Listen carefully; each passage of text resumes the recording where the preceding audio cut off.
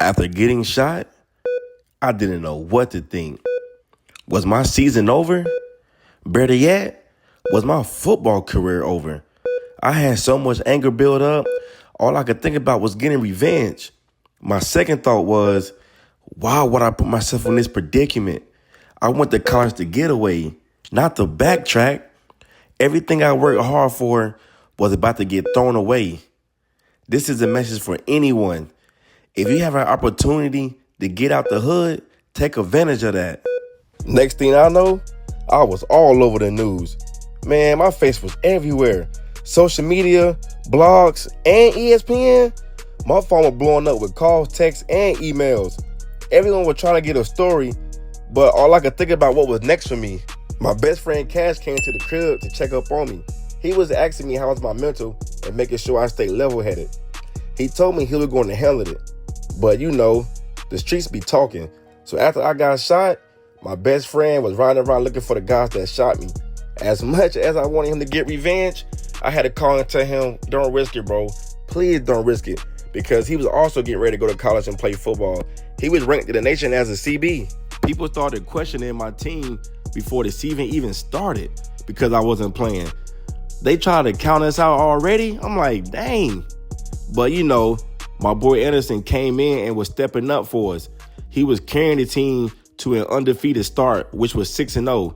People were already saying he was the next big thing. He was going off to the point where they wanted to put him as a wide receiver one over me. But you know, I didn't let that get to me because I always wanted my teammates to succeed, you know. Later that season, your boy was finally back. First practice back was rocky, man. I couldn't get into my groove. My mental was all messed up. My practice was so terrible, they didn't even want to play your boy. I'm like, dang. First game back, I was nervous and ready at the same time. People were already having doubts that I wouldn't be the same person as I was my freshman year. Man, my first test back was the University of Miami. And you already know, bro, the University of Miami was not coming to mess around. So, you know, I had to get right. One thing in my mind was, come on, Shaq, you can do this.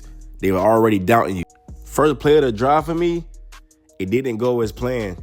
Man, my quarterback threw it to me. I tried to step into it to catch the ball, but I got my quarterback a pick. Man, I felt so discouraged. Like, my head was really messed up. But, you know, my boy Anderson was out there making plays, trying to carry the team on his back, which I don't even blame him, man. Next play, I caught the ball, but it wasn't as fast and explosive anymore, so I ended up losing yards. My teammates were telling me I'm going to be good, but I wasn't trying to hear all that. Bruh, I couldn't do nothing. I couldn't even catch the ball. I'm like, come on, Shaq, get your head in the game, man. Once again, my boy Anderson coming through with the clutch. My man trying to do everything to carry the team on his back, which I don't even blame him. Fourth quarter came, we were down by a touchdown. I had a chance to tie the game, and I blew it. We ended up losing that game, man. So many thoughts were running through my head. To make matters worse, someone rear-ended my car, so I had to go get my bumper fixed. Our next game was against Duke. Our rank had dropped. We ended up being ranked from 7 to 10. All I could think about was our rank drop is all because of me. It's my fault. Man, I try to go into this game with my head high and level-headed. But still, man, my performance last game was all I could think about. Once I got in, tell me why I ran the wrong play and I got it picked, man. I was like, come on, Shaq, here we go again. Then after that, the very next play, my quarterback force-fed me and got it picked. But normally, I catch those, so I couldn't even blame him. And the whole time, man, 29 was talking crazy to me. Man, my quarterback looked at me. I ran a play. I thought I had the ball, but tell me why 29 literally took the ball out of my hands and got a pick. Eventually, we ended up losing that game. This dude invited me to go to a party because we were playing at Wake Forest. Partying was the last thing that was on my mind. We ended up playing at Wake Forest. They wasn't even ranked. Man, tell me why I looked into the crowd. I see somebody wearing a shirt with bullet holes in it. They were really mocking me. I get into the game. You already know what's about to happen. Once again, a defender literally took the ball right out of my hands, man. After that play, I was not myself. I was ready to get out the game. Then on top of that, it got to the point where they weren't even throwing me the ball no more. I mean, hey, but can I blame them? I was playing so trash the last 2 games, it didn't make no sense. And then on one drive, you can clearly see me open, and they still didn't throw me the ball. Later on, my quarterback finally threw me the ball again, man. But I only gained 3 yards. It just didn't feel the same because I wasn't as explosive anymore. Eventually, we lost another game, man. We lost 3 games back to back. I was messing up my team rhythm. And on top of that, my team was undefeated, man. I felt so helpless. The very next morning on ESPN, your boy Stephen A. Smith was talking crazy about me. My man was telling me to sit out the season.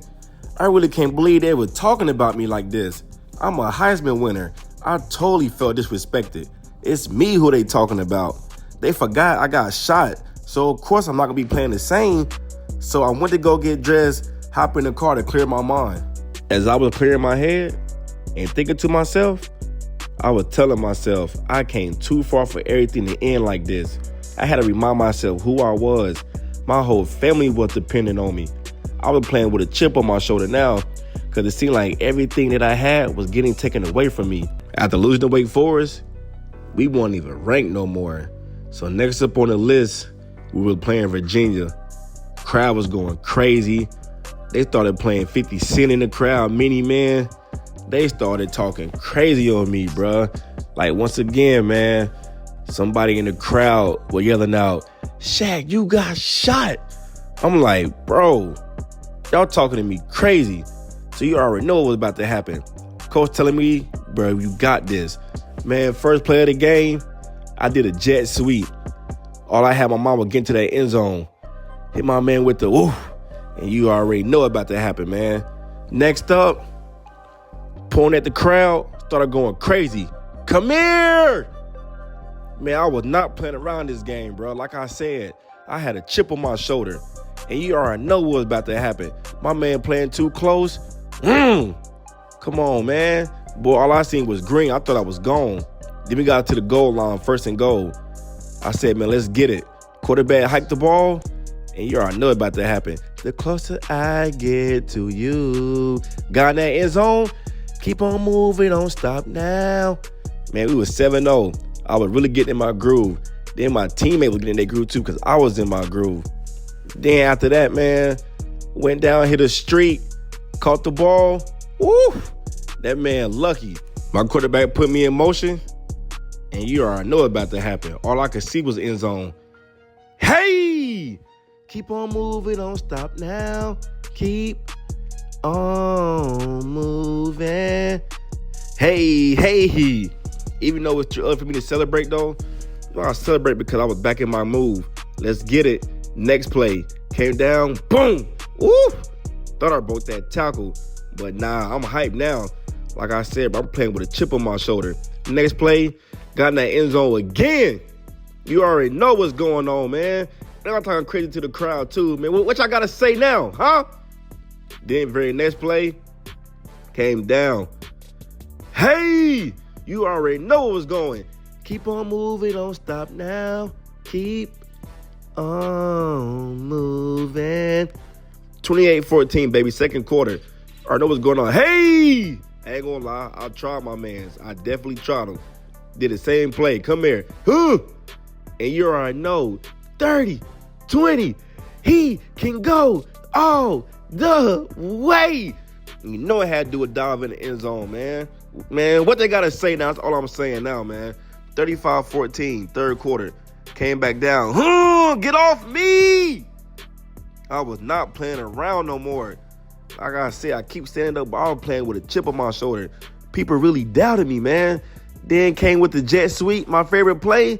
You already know I'm in the end zone. Hit my man with the whoopsies.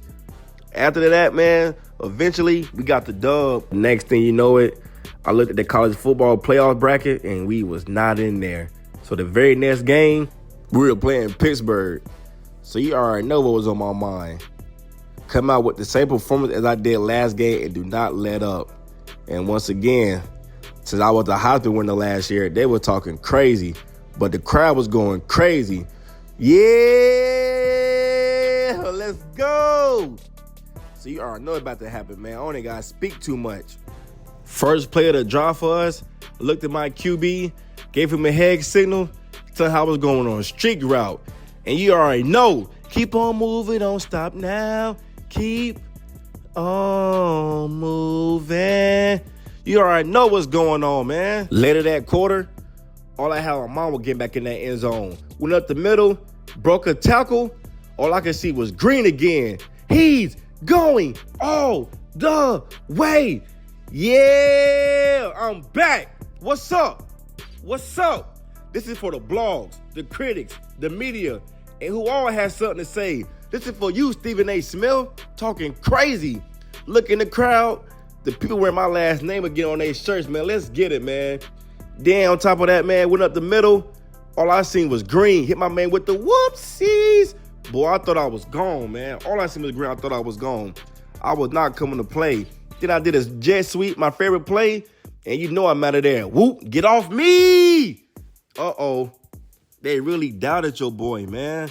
Like, they really doubted your boy. Left, do it, right, do it, left, do it, right. Yay!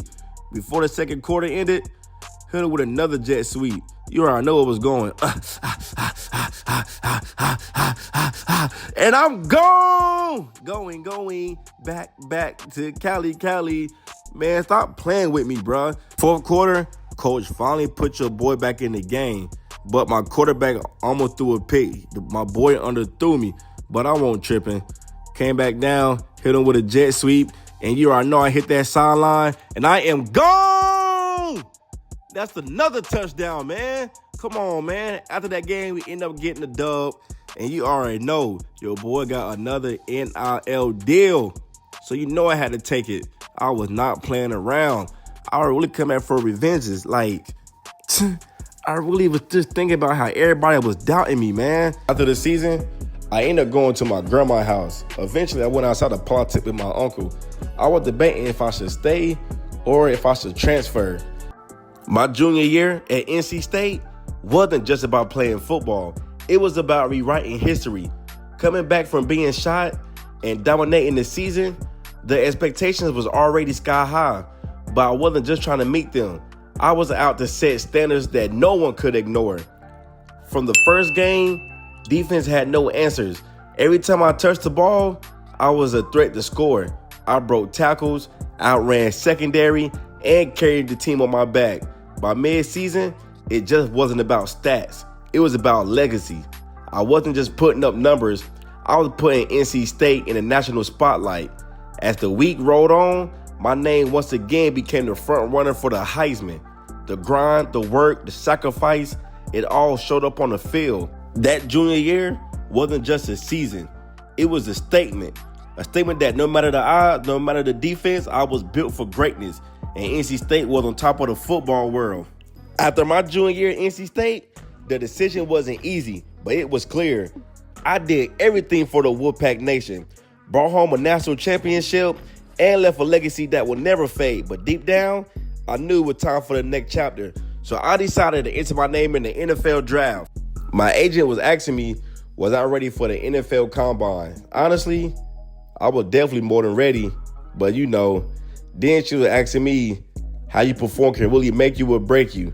But I wanted to be humble about it. I've been waiting for this my whole life. I dreamed of this as a little kid. Like, that's anybody in life. When you play sports, well, that's with any sport. You dreamed of going to the league. The NFL Combine was my chance to prove what I already knew, that I wasn't just ready for the league. I already did to change it. The nerves was there for sure. But at the gun, I exploded thoroughly. Perfect start, smooth stride, and by the time I hit my acceleration, I felt like I was flying. It was over in a blur. But when I crossed that line, I knew it was fast. Then the numbers came in. A 4.27. Man, I ran the fastest time at the Combine. Let's go! After that 40, it was time to lock in with the bench press. 9, 10, 11, 12. 13. End up hitting 13. After the bench, the 40, and everything in between, there was still one test left. The one that mattered the most for a wide receiver, which is route running. This was my chance to show the scouts more than numbers on a stopwatch or reps under a bar. This was about craft, timing, precision, and separation. By the end, I was in rhythm, catch after catch, reps after reps. When I finished, I glanced up and caught the look on the scouts' faces. They seen what they needed to see. The speed was real, the strength was solid. And the routes, come on now, I only gotta say more. The closer I get to you. Now, after that, man, I had a meeting with the assistant GM. He was asking me in the fourth quarter what I do. Like, would I change up the play? Honestly, I'm doing whatever the coach say, man, because your boy trying to play. I ain't trying to mess nothing up. And on top of that, I got asked about a question. How do you handle teammates who criticize the coaching staff after a loss? I just told him, man, I'm going to just let you handle it. I ain't going to say nothing to the teammate. I'd rather let the coach handle it. Then he also asked me, how you prepare your body for the offseason? So I told him, like, I be doing yoga because in college at NC State, I took a yoga class. And yoga really got my body right. That's how I was, winning them Heismans, being the All-American, little razzle-dazzle. The last question he asked me, how do I express myself on the field? Man, I told him, I'm known for my celebrations. I love when I celebrate and get the crowd hype. Walking into the store, I felt the same pressure I did before a big game. This wasn't just about looking sharp. It's about making a statement, the first impression. The moment I stood across that stage, I knew millions would be watching. Months of hard work, years of grind, everything I fought through had led to this one night. The commissioner walked across the stage. Then my phone lit up. I answered. The voice on the other end said the words I'll never forget. We're drafting you to the Denver Broncos. The room exploded. My family jumped up, hugs everywhere, tears in their eyes. I tried to keep my composure, but inside I was on fire. All the late nights, the training and sacrifice, and they had all paid off. When they called my name, I walked across that stage in my suit, sharp and clean, head high. The commissioner shook my hand, and I held up that jersey with my name across the back.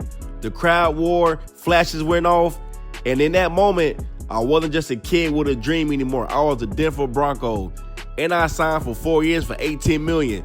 Man, later that night, I bought the biggest bottle of champagne in the room, not just to flex, but to mark the moment. Popped the court, man, phone flying, the crowd cheering like I just scored my first NFL touchdown. I raised the bottle high and took my first sip with a grin, knowing that life would not be the same no more. After I popped that bottle for celebration, I ended up changing clothes and going to the club. The music never stopped. The night turned into a blur. I was living it up, fresh off of hearing my name in the NFL draft, celebrating like tomorrow didn't exist. Somewhere between the champagne toast, laughter, flashing lights, and all the drinks and shots, man, tell me why your boy done passed out. But hey, I had a good reason though, man. The very next day, I ended up getting the house. That first day of practice, I set the tone for everything to come. I showed my teammates, my coaches, and myself that I wasn't here to learn slowly. I was here to dominate early. The whisper started, dang, that rookie's different. And I felt it too. I wasn't just keeping up. Your boy was balling. Keep on moving, don't stop now. I had to do a little celebration at the end. The preseason done started. This is my first NFL game, preseason or not. It was my chance to prove I belong in the league, baby. Man, my heart was racing, but I was locked in. Ball snapped. I exploded off the line, man. I did a quick little slant, and I got that first, baby. Man, everything was going so smooth. It felt like it was too good to be true. So later that quarter, hit my man with the slant, caught up the middle, and guess what? Your boy done got his first fumble. Dang! Man, I felt bad because after that fumble, man, they put points on the board, so it was 14-14. But my teammates were telling me, man, do not get discouraged, bro. It happens, and it's only preseason. But me, I wasn't thinking like that, man. Came back in the game. All I had on my mind was not to fumble. Caught the pass, snagged it, and I made sure I held on to the ball this time. Caught the pass up the middle, bounced off a defender, the closer I get to you.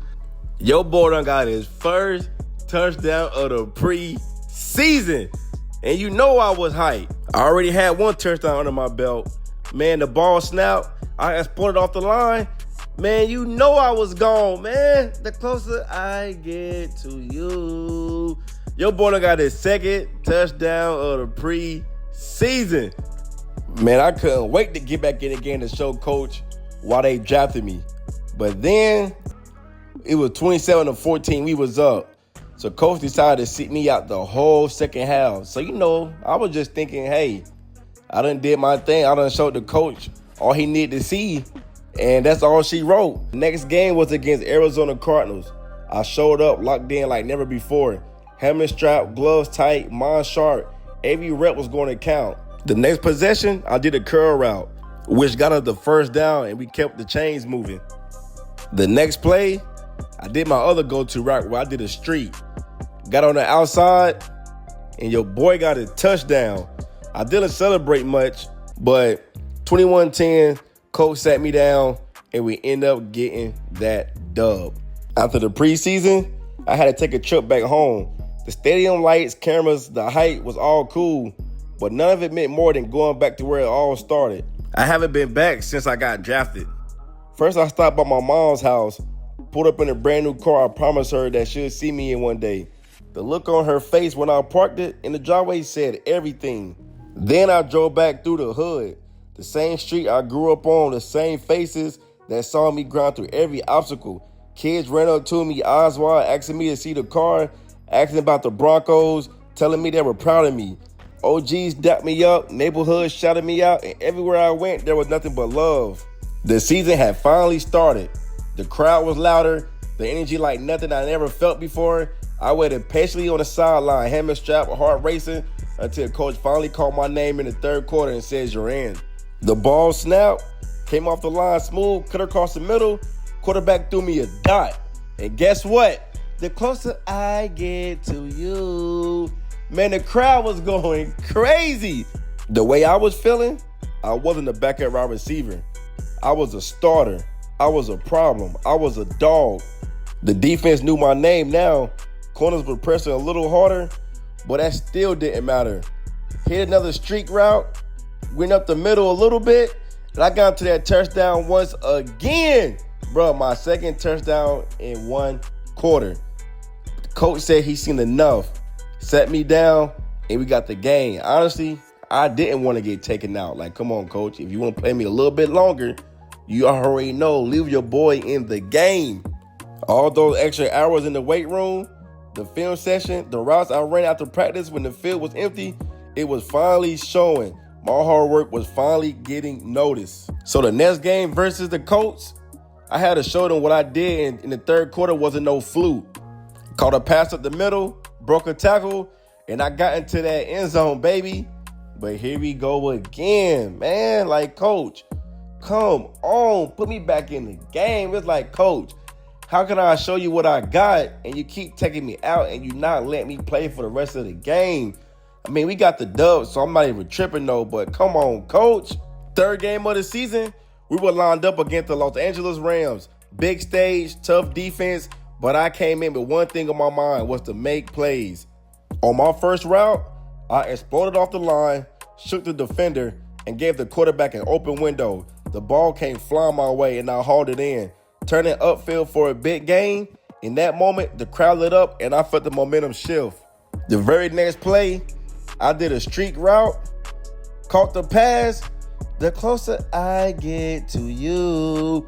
Another one on the season. Another statement that I wasn't just a fill-in, but then it happened again. Coach pulled me, sat me down for the rest of the game. I watched from the sideline as the offense kept rolling without me. Don't get me wrong, we did get the dub. After making plays and proving myself every chance I got, Coach finally pulled me to his office. He looked at me straight in my eyes and said, "You earned your starting position." After Coach told me I was starting, I walked out of his office, walked in my car. All I could do was just thank the man above. Because if it wasn't for him, I would not have got the starting position. It was a home game under the bright lights, and the opponent was the Bengals. This time felt different because for the first time, Your boy was in that starting lineup. Let's go!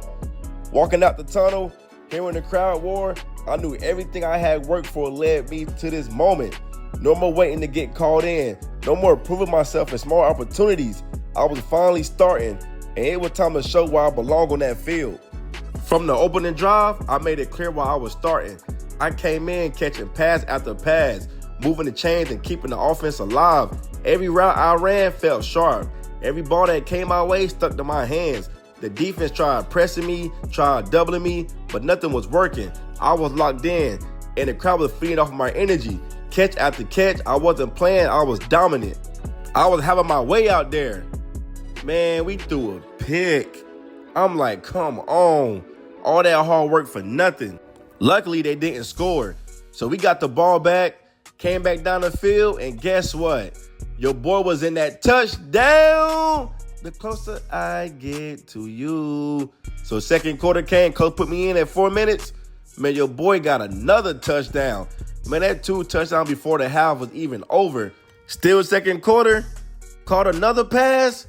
And the closer I get to you. Man, all I seen was green, man. Threw the football at the crowd. Hope I ain't hit the camera, man. But I was too hyped right now. The coach put me in the third. Boom! Got that touchdown once again. Like, I guess it was one of them days, man. 4 touchdowns in one game. Did the same play. Beat my man on the outside. Went up that sideline. All you heard was, Shaquille again with another touchdown. Man, I was so excited. We end up getting that dub 35-21. Word traveled fast when you're making noise on that field. Not long after my breakout game, I got a call that I would never expected. Dr. Dre had heard about me. He said he wanted to meet me in person. When we had linked, it felt so unreal. Here I was, a young wide receiver grinding to make a name for myself, and one of the greatest producers of all time wanted to link with me. Man, we got into the car. This man was playing unreleased tracks that I never heard of. Then he played a song of Tupac that ain't even dropped yet. He has so much music from Tupac that he ain't never released. But we had a real conversation, man. He was telling me to keep going. The sky is the limit from now. Don't stop. Do not let up. Because he said I reminded him of 50 Cent getting shot with a big comeback story. So this only the beginning, man. This is only the beginning. After meeting with Dr. Dre, something switched in me. Hearing him talk about my greatness, about legacy, about staying hungry, it hit different. He didn't sugarcoat anything either. He told me straight up that the talent ain't enough. It's the grind that separates you. Dre lit a fire in me. And from that moment on, I knew I had the ball harder than I ever had in my life. Playing against the Eagles, I was snapping. From the first snap, I felt unstoppable. Every route felt smooth. Every break was clean. And every time the ball touched my hands, I was making something happen. It didn't matter who lined up against me. They couldn't guard me. I was torching corners, finding gaps in the zone, and I was turning short catches into big gains. The crowd was loud, and all I heard was the coach and my quarterback calling my number again and again and again. That game, I felt like this is the best version of myself. Like everything I've been through, all the pain, all the pressure, had turned me into a different animal. As a team, we were dominating. We beat Houston 24-7. Then we beat the New York Jets 21-31 by 10 points. My man over there looking sick. Then we beat the New York Giants. We beat the brakes off them 35-7. Yeah, they couldn't do nothing with us. Then we beat the Redskins 21-7. Then we beat the Raiders 21-10. Man, we were really playing as a team and as a unit. Now, that snow game was different. The wind was cutting, flakes flying everywhere, field covered like a white blanket, and it didn't slow me down not one bit. If anything, it made me lock in even more. While everybody was slipping, second-guessing their footing, I was out there putting on a show.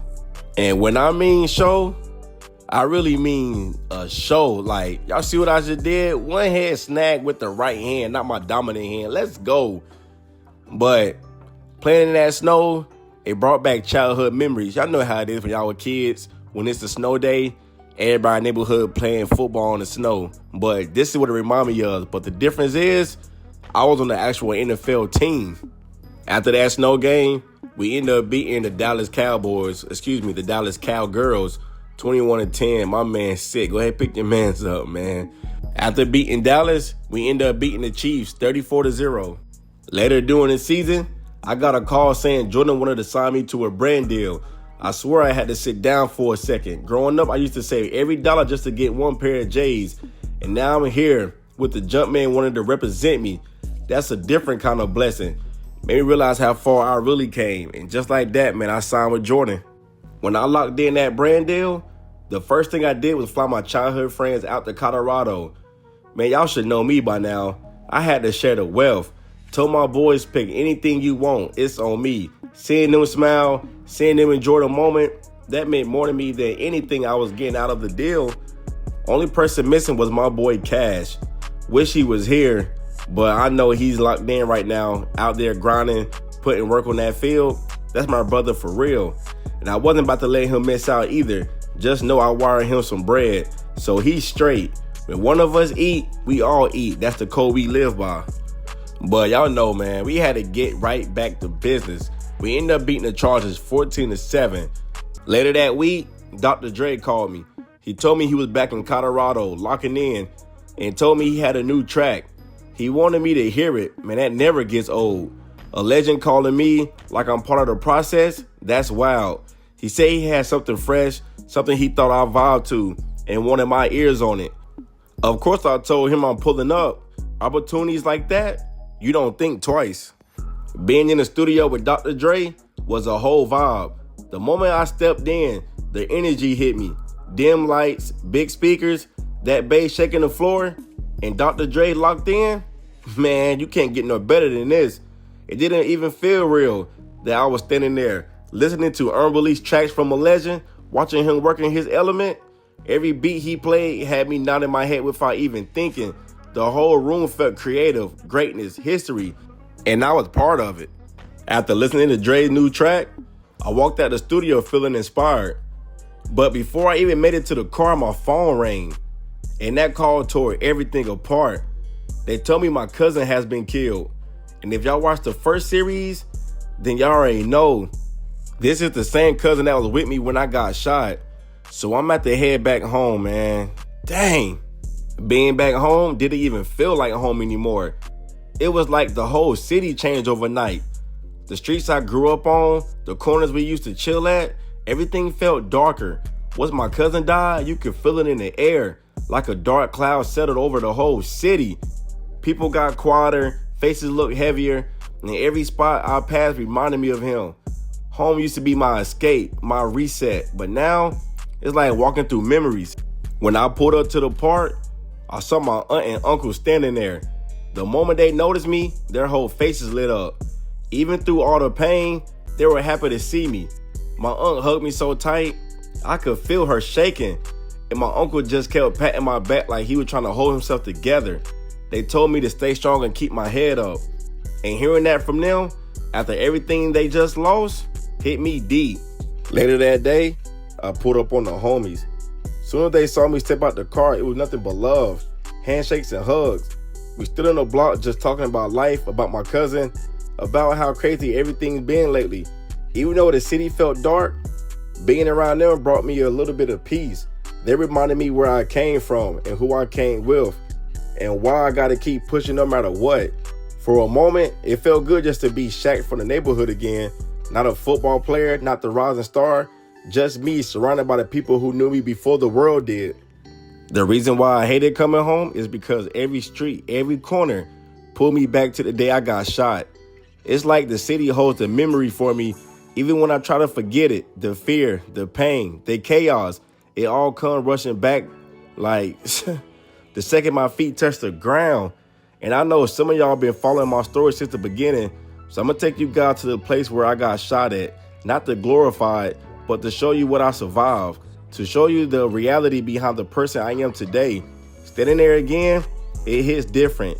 It reminds me how far I've come. I know you guys been wondering why I got shot or how I got shot, but I'm going to go ahead and break it down for you. Before football, my life was dangerous. Way more dangerous than anybody really knows. I was deep in the streets, making choices that could have ended me at any moment. I used to rob people, fight everybody who looked at me wrong, hit licks just to feel like I had power. And the truth is, I was putting in the work for all the wrong reasons. My cousin taught me the game early, brought me in when I was just a youngin'. I knew exactly what I was doing. That's why I wanted to follow in his footsteps. But all it really did was paint a target on my back. To my ops, I wasn't just another dude. I was a trophy.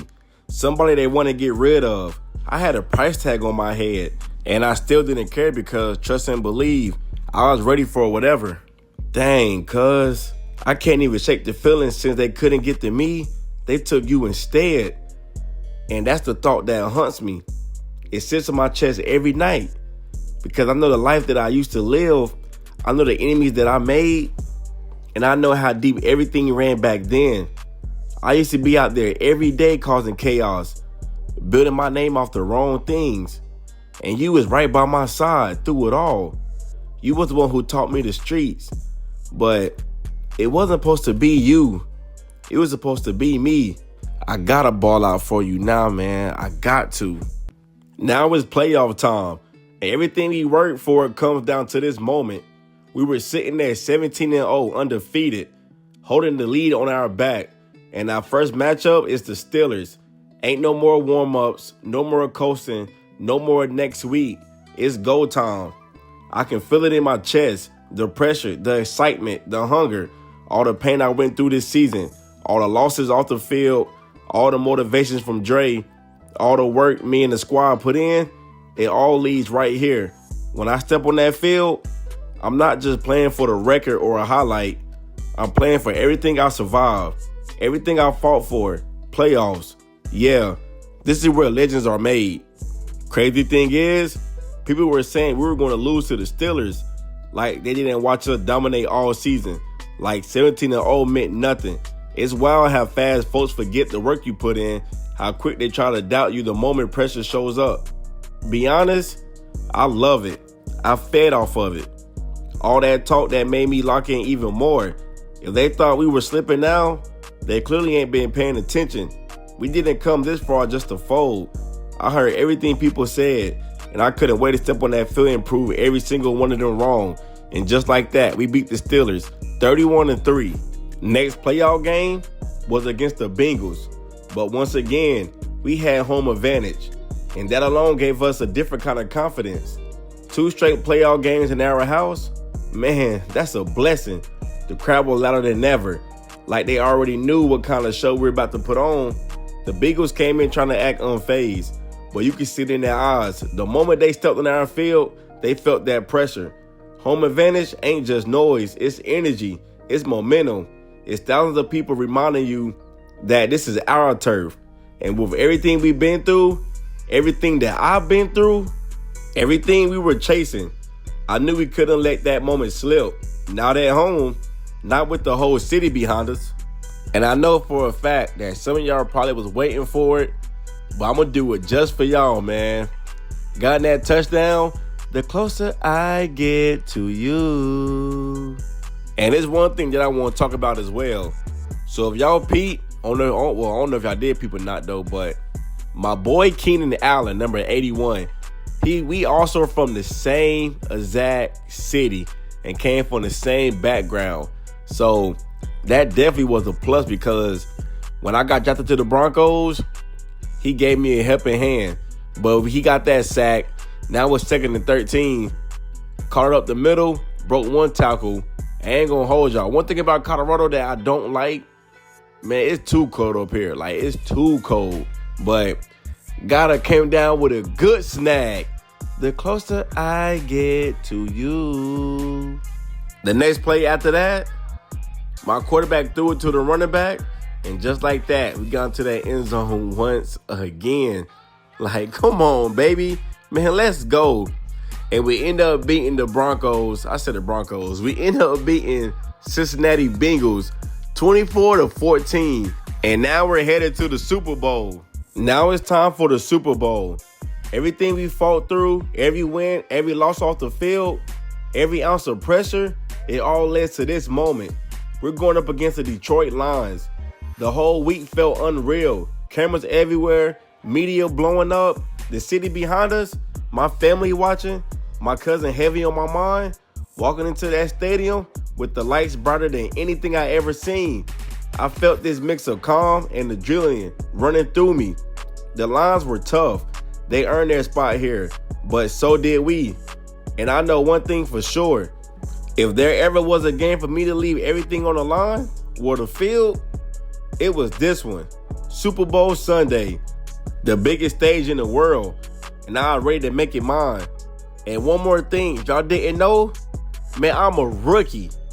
And I also won an MVP of the season and Rookie of the Year. Man, do I even gotta say more? I don't got to. I thought so. Man, let's get right into it. First play of the drive, I did call for it, and we ended up throwing a pick. I ain't gonna hold y'all. That was definitely on me. I apologize, coach. I called for it. I was getting big-headed, but they ended up scoring 7-0. 2 minutes left. Call for it again. Man, give me that, man. Let's go. Like I said before, I'm a rookie doing this. I'm putting up MVP numbers, man. Like I said on my previous videos, call me the next Randy Moss because I'm definitely him. Oh, yeah. See, and one thing about me, when I'm getting double team, triple team, it's easy for my teammates to get open. But right now, I got into that end zone. The closer I get to you. I was playing for my cousin. Every step I took onto that Super Bowl field, every route I lined up for, every breath I took, I carried him with me. This wasn't just a game anymore. This was personal. Within the playoffs, I felt his presence, pushing me, guiding me, reminding me why I can't slow down. But tonight hit different. I could feel him in the back of my mind, telling me to lock in, telling me to finish what we started, telling me to shine. I wasn't just representing myself or my team. I was honoring his life. So no matter what the Lions threw at me, no matter who lined across from me, I was ready. Because I wasn't out there alone. He was right there with me. I had my little brother Keyshawn in the crowd, and that meant everything to me. If y'all remember, he transferred to Colorado, chasing his own dream, putting in that work, just like I did. Seeing him out there with my other brother Shadarius, rocking my jersey, cheering me on at the Super Bowl, man, that hit different. Like, everybody was there. My dad, my mom, my stepmom, my grandma, my cousins. That really meant the world to me. But hold on real quick. The closer I get to you. But in this second half, man, I couldn't be stopped. I was snatching everything out the air, breaking tackles, talking my talk after every big play.